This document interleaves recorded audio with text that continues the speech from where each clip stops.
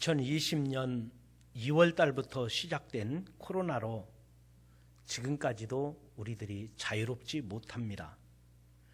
한국교회는 그동안 전도하기 좋았는데 이제는 우리가 우리 장로님의 기도하신 대로 참 어려운 가운데서도 지난 날을 그리워하곤 합니다. 그래도 하나님께서 창조하신 세상은 하나님의 섭리 가운데 운행되고 하나님의 은혜 가운데 역사가 진행되고 있다고 생각이 됩니다. 한겨울에 시작되었던 코로나가 여지없이 봄이 오더라고요. 그리고 이렇게 무더운 여름이 되었습니다. 아무리 코로나가 극성을 부린다 할지라도 계절의 변화는 변함이 없어서 오늘은 오늘이 중복이죠. 중복이고 다음 주에 입추가 있고 그리고 곧 이제는 풍성한 수확을 거둬들여야 하는 가을이 올 것이고 또다시 겨울이 올 것입니다. 하나님의 창조, 하나님의 섭리, 하나님의 은혜는 인간이 어떻게 하든지 인간의 세계 속에서 어떤 일이 일어나든지 그거와 상관없이 하나님의 은혜는 우리 가운데 충만하게 역사하고 있고 하나님의 창조 섭리와 하나님의 은혜 가운데 이루어지는 세계 모든 것들은 그대로 진행된다는 생각을 가져봅니다. 그런데 타락한 인간은 하나님의 창조 질서에 역행을 하는데 문제가 있습니다. 인간은 하나님의 은혜를 거슬리고 하나님의 뜻에서 벗어나는 데서부터 문제가 생기는 것입니다. 그러니까 재앙이 닥치고 혼란이 일어납니다. 인류의 불행은 하나님을 거역하는 데서 하나님을 떠나는 데서부터 출발하는 것입니다. 선악과를 먹지 말라 그랬는데 선악과를 먹었고 바벨탑을 쌓지 말라 했는데 바벨탑을 쌓았고 그래서 마침내는 인류의 종말로 이어지는 것입니다. 그래서 주님께서는 이 모든 것을 보지 못하느냐? 이 모든 것을 보라! 이 모든 것을 보지 못하느냐? 이 모든 것을 보라! 이렇게 주님은 말씀하셨습니다. 여러분, 오늘 말씀의 중심은 예수님께서 예루살렘이 멸망할 것을 예언하신 내용으로 시작됩니다. 예수님께서 예루살렘이 멸망할 것을 예언하셨습니다. 예수님께서 성전에서 나와 제자들과 함께 거니는데 예수님의 제자들이 예루살렘 성전의 아름다움을 보고 깜짝 놀랍니다. 그래서 예수님, 저 성전을 보세요. 이 갈릴리 사람이었던 예수님의 제자들은 시골에서 예루살렘에 올라온 거예요. 시골에서 예루살렘에 올라와서 햇빛 찬란한 그 햇빛에 반사되는 예루살렘 성전을 보며 너무 감탄을 하며 감동을 하면서 예수님, 저 예루살렘 성전을 보세요. 그랬더니 예수님께서 제자들의 생각과는 전혀 달리 뭐라고 말씀하셨습니까? 내가 진실로 너희에게 이르노니 돌 하나도 돌 위에 남지 아니하고 다 무너뜨려지리라. 예수님께서 이렇게 말씀하셨어요. 당시 예루살렘 성전을 보세요. 예루살렘 성전을 쌓은 돌은 기초를 놓은 기초돌이 얼마나 크냐면요 26m예요. 돌 하나가 26m면 어느 정도 되나요? 이 교회만 되나요? 저 끝에까지가 26m, 큰 돌에다가 높이는 3m 그런 돌을 기초를 놓고 그리고는 쌓아 올렸는데요. 그 돌과 돌 사이에는 금으로 매집을 해서 햇볕이 비치니까 찬란한 그 금빛이 예루살렘 성전이 얼마나 아름다웠는지 제자들은 감동을 했어요. 갈릴리에서 올라와 그 예루살렘을 보자 감동을 하고 예수님, 저 성전 좀 보세요 그랬는데 예수님께서는 그 성전의 아름다움을 말씀하시지 아니하고 성전 안에 있는 타락한 인간의 모습을 성전의 기능을 감당하지 않는 것을 보시면서 이 모든 것을 보지 못하느냐? 이 모든 것을 보라 이렇게 예수님이 말씀하셨습니다. 그리고는 예루살렘의 멸망을 예언하셨는데 우리가 오늘 본문 말씀 마태복음 24장을 읽었잖아요. 23장 37절 38절에 이렇게 말씀하셨습니다. 예루살렘아 예루살렘아 선지자들을 죽이고 내게 파송된 자들을 돌로 치는 자여, 암탉이 그 새끼를 날개 아래에 모음같이 내가 내 자녀를 모으려고 한 일이 몇 번이더냐. 그러나 너희가 원하지 아니하였도다. 보라, 너희 집이 황폐하여 버려진 바 되리라. 이 땅에 세워진 하나님의 성전은 기능을 다하지 못할 때, 사명을 다하지 못할 때 그 성전은 황폐하게 된다는 것입니다. 하나님께서는 이 성전을 통하여 영광을 받으시기 원하시는데 이곳에서 하나님의 영광이 드러나지 않고 영광을 받으시지 못하고 인간의 타락과 인간의 탐욕이 가득할 때 이 성전은 무너질 수밖에 없는, 이 성전은 이제 하나님의 역사가, 하나님의 영광이 드러나지 않는 그런 성전이 된다는 것입니다. 여러분, 예루살렘 성전은 아름답고 웅장했으나 하나님의 영광이 없었습니다. 그래서 예수님은 눈물을 흘리며 멸망을 예언하셨고 결국에는 예수님의 예언 후 40년 만에 로마의 디도 장군에 의해서 여지없이 예루살렘은 초토화되고 말았습니다. 예수님 당시의 로마 세계를 보십시오. 이 로마라고 하는 나라는 이탈리아죠. 이탈리아 로마가 도시잖아요. 이 로마가 지중해 연안의 모든 국가를 정복했습니다. 유럽을 중심으로 이제는 동쪽으로 아시아를 정복했는데 지금의 중동 지역 아시아, 그 다음에 남쪽으로는 이집트를 중심으로 한 아프리카. 그러니까 이 지중해 연안의 유럽과 아시아와 그 다음에는 아프리카까지 정복한 이 막강한 권력을 가진 로마. 그런데 이 로마의 정책은 한 나라를 정복하면 그곳에 총독을 보내는 거예요. 총독이 있고 그 다음에는 그 민족 중에 지도자를 하나 뽑아서 그 사람을 왕으로 세워요. 그래서 예수님 당시에도 빌라도 총독이 있었고 그 다음에 헤롯 왕이 있었잖아요. 그런데 그 많은 나라들 중에서 이 유대 나라, 유대 땅은 다스리기가 참 어려웠어요. 왜 그러냐면 독립운동, 그 민족성이 저항적이고 독립운동을 하려는 사람들이 많았어요. 그래서 마침내 이 유대 나라에서 한 왕권이 등장하는데 그 왕권이 마카베오 왕조입니다. 마카베오 왕조. 우리 기독교인들에게는 성경에 마카베오라는 단어가 안 나와서 우리들은 잘 모르지만 천주교인들은 성경에 마카베오상, 마카베오사 이렇게 붙어 있어요. 그래서 마카베오 왕조에 대한 이야기가 기독교 교회사에서는 아주 중요한 역사이고 유대인 역사에는 이스라엘 역사에서는 중요한 역사가 있어요. 그런데 이 마카베오 형제들이 분기를 일으켜서 로마 군대를 물리친 거예요. 알렉산더 대왕 이후에, 헬라의 알렉산더 대왕 이후에 이들은 이미 나라를 잃어버렸는데, 그리고는 로마 시대가 되었는데 알렉산더 대왕 이후에 로마 시대에 이르기까지 이 마카베오 왕조가 독립을 했다가 정복되고 독립을 했다가 정복되고 이거를 수없이 반복을 하는데 바로 예수님 당시에 마카베오 형제에 의해서 또다시 로마 군대를 몰아낸 거예요.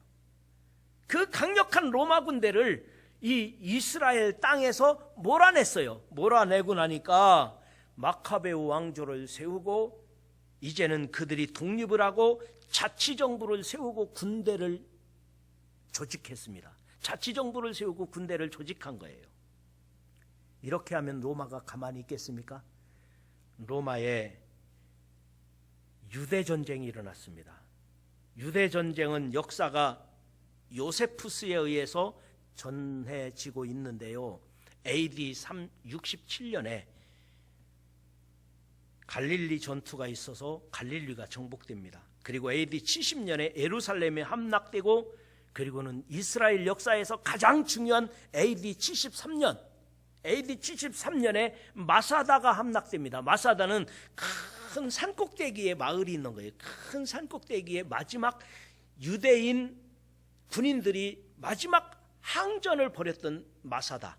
그리고는 AD 73년에 마사다가 함락되고 나서 거의 1900년 동안 유대인들은 나라가 없는 디아스포라가 되어서 전 세계로 흩어져서 디아스포라가 되어서 그 떠돌이 생활을 하다가 마침내는 1948년에 이스라엘이라는 나라가 생기는 거예요. 그러니까 약 1900년이 넘도록 나라도 없이 민족이 떠돌이 생활하며 유럽 각지에서, 지금도 미국에 많이 있죠, 이들이 떠돌이 생활을 하다가 그리고는 1948년에 이스라엘이라는 나라가 세워지기까지 얼마나 기구한 민족입니까? 유대전쟁 당시에 세계를 지배하던 로마 군인들이 유대 땅에서 밀려나고 나니까, 아니 로마가 세계 가장 막강한 군대라고 생각했는데 조그만 땅, 이 유대 땅에서 밀려난 거예요. 누구에게? 마카베우스에게. 그러니까 로마의 자존심이 걸려있는 문제예요. 그러니까 당시에는 로마라고 하는 나라는 세 등분으로 되어 있었습니다. 하나는 로마 본토, 그 다음에 또 하나는 이 아시아 지역을 셀루커스 왕조가 있어요. 셀루커스 왕조. 그 다음에 이 남쪽 아프리카 지역에는 포톨레미 왕조가 있었어요. 그런데 이 로마 동쪽이었던 셀루커스 왕조를 다스리는 장군이 누구냐면은 베시파시아누스예요. 베시파시아누스가 당시에는 장군이었는데 이 장군이 셀루커스 왕조를 통치하고 있다가 이 바로 밑에 있는 작은 나라 유대 땅으로 유대 전쟁을 시작한 거예요. 유대 전쟁을. 그리고 포톨레미 왕조였던 이집트에 있던 이 디도 장군은 위로 올라가는 거예요.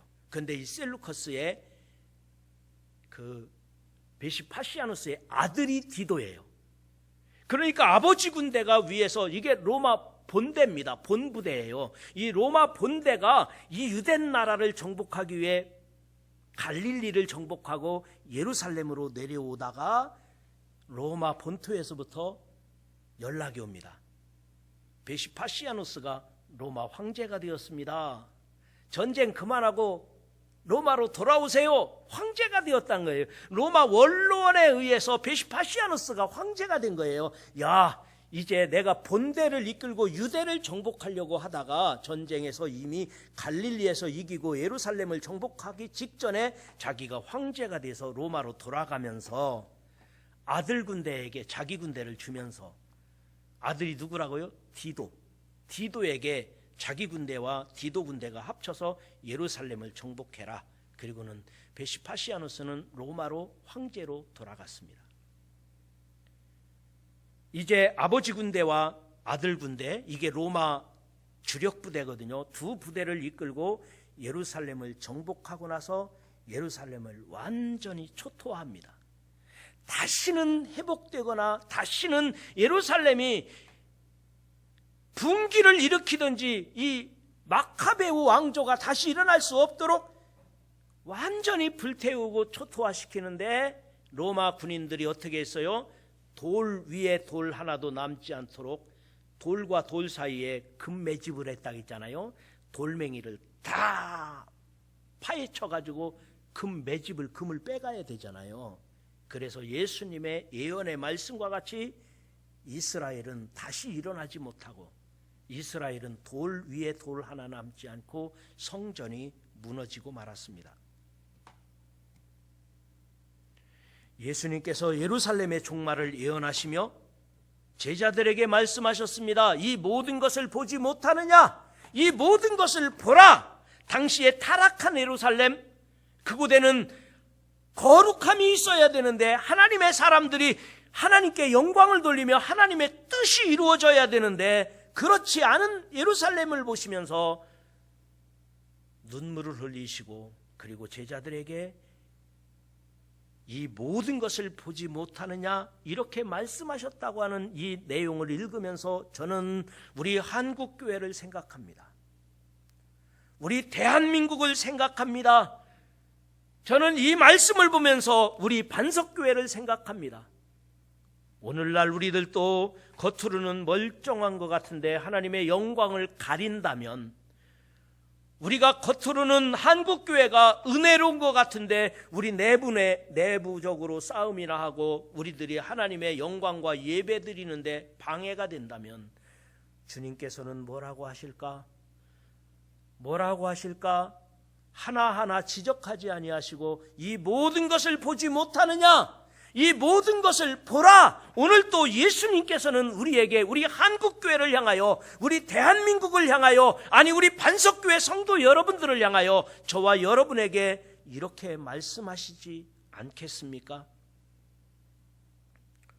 우리 교회는 영이신 하나님께 예배드리는 곳입니다. 그런데 정부는 예배를 금지한다. 예배 금지 명령을 내리고, 또 우리가 하나님께서 예배 받으시기 원하시는데 우리가 예배 드리기를 소홀히 한다면 예수님은 뭐라고 하실까? 그거 말씀하시겠습니까? 이 모든 것을 보지 못하느냐라고 하지 않으실까요? 우리 교회는 구원의 방주입니다. 주의 제단을 통하여 죽어가는 영혼들이 구원받기를 원하시는 것이 아버지 하나님의 뜻인데 우리가 복음 전하지는 못할 망정 우리 믿음까지도 나약해진다면 주님은 뭐라고 하실까? 성전의 기능이 무너진다면 이 성전은 만민이 기도하는 집입니다. 기도하는 사람이 없는 성전이라면 주님은 보고 뭐라고 하실까? 이 성전에는 또 성도들이 사랑의 교제가 있어야 합니다. 이 성전은 또 세상을 향하여 봉사해야 됩니다. 봉사하지 아니하고 우리끼리만 아니면 우리가 교제하는 것도 제대로 못한다면 우리 예수님께서는 반석교회를 보면서 우리 한국교회를 보면서 뭐라고 하실까? 그런데 이것보다 더 치명적인 것이 있습니다. 교회는 거룩하게 구별된 곳입니다. 그런데 하나님의 임재를 체험하는 곳이고 이곳에서 하나님을 만나고 우리들이 인격적으로 성숙해가는 곳인데 그런데 오늘날 우리 교회들이 그러하지 못하다면 내가 예수 믿는 사람으로서 영적이지 않다면 예수님은 우리에게 뭐라고 하실까? 우리가 그런 사명을 감당하지 못하면 결국은 멸망한 예루살렘과 같이 될 것이 뻔하지 않습니까? 예수님은 다른 말 안 하실 것 같아요. 이 모든 것을 보지 못하느냐? 이 모든 것을 보라. 아마도 오늘날 우리에게도 그렇게 말씀하시지 않겠습니까? 사랑하는 성도 여러분, 우리 교회와 여러분이 여러분의 가정과 여러분의 미래가 우리 하나님 앞에 신실한 믿음의 사람으로서 멸망의 대상이 아니라 심판의 대상이 아니라 구원의 대상이요 축복의 대상이요 은혜의 대상이 되셔서 아름다운 신앙인이 되셔서 끝까지 견디는 자는 구원을 받으리라 하신 말씀이 이루어지기를 주님의 이름으로 축원합니다. 그 다음에 이어서 말씀드리고자 하는 것은 오늘날 우리 세상은 매우 위험한 상태에 있습니다. 오늘날 우리의 세상은 매우 위험한 상태에 있습니다. 예수님 당시에 유대 나라는 제사장들을 중심으로 한 사두개인들이 있었습니다. 사두개인 제사장 출신들이에요. 그 다음에 율법자들을 중심으로 한 바리새인들이 있었습니다. 바리새인들은 공부도 많이 하고 공부해서 출세한 율법 학자들이 이 바리새인들이 있었습니다. 그런데 민족주의자들도 있었어요. 성경에는 열심당원이라고 번역되어 있는데요. 젤롯당, 열심당원. 그런데 이 민족주의자들은 앞서 말씀드린 바와 같이 유대 나라의 독립을 위해서 무기고를 습격하고 그리고는 부흥기를 일으키고 데모를 하고 이런 사람들이 있었어요. 나라를 위해서 하는 거죠. 그러나 바리새인도 아니고 사두개인도 아니고 열심당원도 아니고 나라를 사랑해야지, 나라가 하는 일에 순종해야지, 나라에 복종해야지. 그래서 로마에 복종한 세리와 같은 사람들, 그리고 로마에 복종하여 로마의 법대로 따라가려고 하는 그런 사람들도 있었습니다. 그러면 예수님은 어느 편이실까요? 분명히 바리새인은 아닌 것 같아요. 사두개인도 아닌 것 같아요. 열심당원도 아닌 것 같아요. 세리와 같은 사람도 아닌 것 같아요. 그러나 예수님은 이 모든 사람을 다 구원받아야 할 하나님의 사람으로 생각한 거예요. 오늘날 우리 교회도 마찬가지인 거예요. 우리나라 모든 사람들이 다 구원받아야 할 사람들이지, 교회가 어느 쪽에 치우쳐서 나는 진보니까, 나는 보수니까, 나는 민주당이니까, 나는 미래통합당이니까, 아니면 나는, 그게 아니고 예수님의 마음으로 누구든지 다 내게로 오라 하셨지, 진보만 와라 보수만 와라 이건 아니잖아요. 그때 예수님 당시에 또 한 파가 있었어요. 바리새인, 사두개인, 또 누구로 있다고 했죠? 열심당원, 그 다음에 정부에 협조하는 세리 같은 사람들도 있었고, 그런데 또 한 당이 있었는데, 이 또 하나의 당이 에세네파예요. 에세네파. 이 에세네파 사람들은 광야에 외치는 자의 소리 있어 가로되, 광야에 외치는 자의 소리가 누구죠? 세례 요한. 세례 요한과 같이 나는 정치 상관없어, 나는 민족의 독립 그것도 문제가 없어, 아니면 나는, 그래서 광야에 외치는 자로 요단강에서 세례를 베풀고, 그리고 쿰난 공동체를 이루어서 쿰난 공동체와 같이 동굴 속에서 성경을 필사하고, 그리고 기도하면서 하나님만 바라보고 그렇게 살았던 에세네파와 같은 사람들도 있었어요. 그런데 여러분, 이 모든 사람들이 다 마찬가지예요. 예수님이 보시기에는 에세네파 같은 사람들도 귀하고, 세리와 같은 사람도 귀하고, 열심당원과 같은 구레네 사람 시몬, 뭐 이런 사람들이 열심당원 중에 하나였었죠. 다 구원받아야 할 하나님의 사람들인 거예요. 그런데 우리들이 인간의 욕심이라는 것이, 인간의 사상과 판단이라는 것이 너무도 엉뚱한 쪽으로 가버린 거예요. 오늘날 우리 한국 사람들, 우리 국민들과 같은, 우리 한국교회 교인들과 같은 상황이 아닐까 싶어요. 유대인의 상황이 오늘날 우리들의 상황과 똑같다는 얘기예요. 그래서 예수님이 하신 말씀은, 이 모든 것을 보지 못하느냐, 이 모든 것을 보라는 것입니다.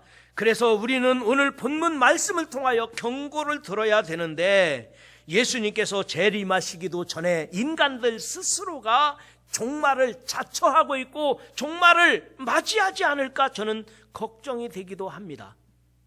창조하신 이가 이제 거두어 가셔야 되는데, 창조자 하나님께서 이제 인간의 종말을, 지구의 종말을 거두셔야 되는데, 그게 아니고 우리들이 타락해가지고 우리들 스스로가 자멸하지 않을까, 그것이 걱정이 되는 거예요.